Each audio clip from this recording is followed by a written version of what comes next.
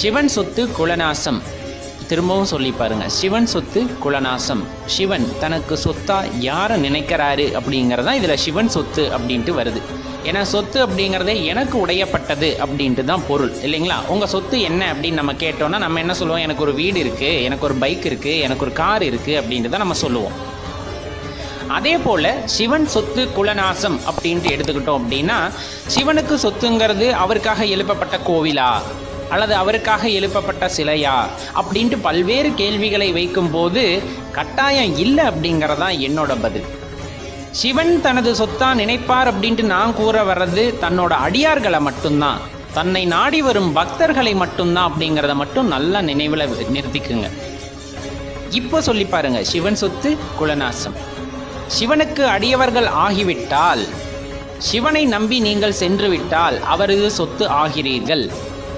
அதனால் அவர்களுக்கு யாராவது கெடுதல் செய்ய வேண்டும் என்று நினைத்தால் அவர்களுக்கு பிரச்சனை வருவது ஒரு இயல்பான விஷயம்தான். பொதுவாகவே நம்ம எடுத்துக்குவோம்னா, ஒருத்தருக்கு ஒரு பிரச்சனையை உண்டாக்குறேன் அப்படின்னா கட்டாயம் எனக்கு அது திரும்பி வரும். அதே சமயத்தில் தன்னை முழுமையாக சரணடைந்த ஒரு அடியாருக்கு, தன்னை முழுமையாக சரணடைந்த தனது ஒரு பக்தருக்கு ஏதாவது பிரச்சனை வருகிறது என்றால் அங்கு முதலாவதாக வந்து நிற்கப் போவதே எனது எம்பெருமான் தான்.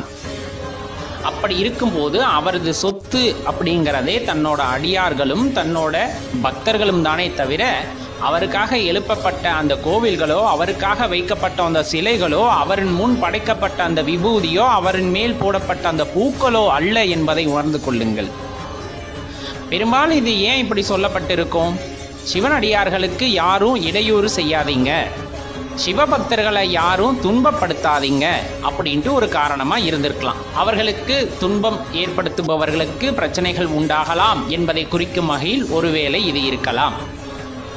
சரி, இன்னொரு பார்வையில் பார்க்கலாம் அப்படின்னா, பெரும்பாலும் சிவனடியார்கள், நான் தெளிவாக சொல்லிடுறேன், நான் சொல்கிற சிவனடியார்கள் பற்று இல்லாமல் உண்மையாலுமே சிவன் மேலே பாசம் கொண்டு சிவனே எனது உலகம் என்று இருப்பவர்களை பற்றி நான் கூறுகின்றேன்.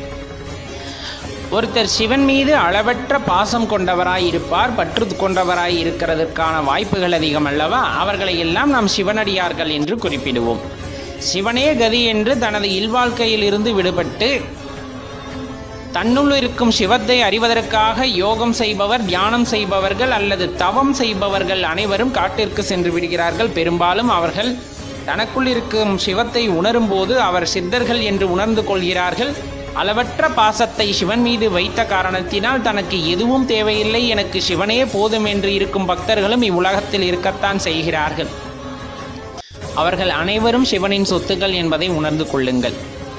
ஒருவேளை சிவன் இவர்களை தனது சொத்தாக நினைத்து விட்டால் எந்த காரணத்திற்காகவும் அவர்களுக்கு மறுபிறப்பு கொடுக்காமல் தனது பாதத்திலேயே அல்லது தனது நிழலிலே அவர்களின் ஆன்மாவை வைத்துக் கொள்கின்றார், இளைப்பாற வைக்கின்றார் என்ற ஒரு காரணத்தினால், அவர்களுக்கு மறுபிறப்பு என்பது எதுவும் இல்லாமல் போகும் என்ற ஒரு காரணத்தினால், அவர்களுக்கு புதிய பிறப்பு என்பது இல்லாமல் போகும் என்ற காரணத்தினால் அவர்களை அவ்வாறு கூறியிருக்கலாம். அதாவது சிவனின் சொத்தாக மாறியவர்கள் இன்னொரு குலத்தில் பிறக்கப் போவதில்லை, அவர்களுக்காக குலம் என்பதே இருக்காமல் போகிவிடும் அப்படி என்று கூறியிருக்கலாம் அல்லவா.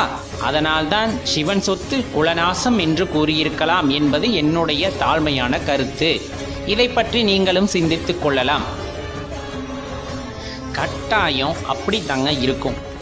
நம்ம இனிமேலும் யாரையும் போய் சிவன் சொத்து குலநாசம், சிவன் சொத்து குலநாசம் அப்படின்ட்டு சொல்லி ரொம்ப தப்பான மாயையை பக்தர்கள் மத்தியில் உருவாக்க வேண்டாம் என்பதுதான் எனது வேண்டுகோளாக இருக்கிறது. விபூதி என்பது அருப்பிரசாதம், சிவன் தனது அடியவர்களுக்கு வழங்குகின்ற விமோசனம் அது. அதை அவர்கள் உடல் முழுவதும் பூசிக்கொள்ளலாம், அதில் எந்த தவறும் கிடையாது. வீட்டில் கொண்டு போய் வைத்து பூஜித்து பூசிக்கொள்ளலாம், அதிலும் எந்த தவறும் கிடையாது. அவர் மீது சாற்றப்பட்ட பூக்களும் அப்படியே தான். அப்பூக்களை அதே மரியாதையுடன் எடுத்து சென்று பூஜை அறையில் வைத்து பூஜிக்கலாம், தவறு என்பது ஏதும் கிடையாது. ஆனால் மற்றவர்களின் பொருளை களவாட நினைப்பது என்பது எப்பொழுதுமே தவறுதான். ஒரு வகையில் நமது மன்னர்கள் அதற்காக கூட கூறியிருக்கலாம், கோயிலுக்காக ஒதுக்கப்பட்ட நிலங்களோ கோவிலுக்காக வழங்கப்படும் காசுகளோ பிறர் திருடிவிடக் கூடாது என்பதற்காக மீண்டும் மீண்டும் உபயோகப்படுத்தியிருக்கலாம் என்று இருந்தாலும், சிவன் சொத்து குலநாசம் என்பதோட உட்பொருளை அனைவரும் உணர்ந்து கொள்ள வேண்டும் என்பதுதான் எனது தாழ்மையான வேண்டுகோள்.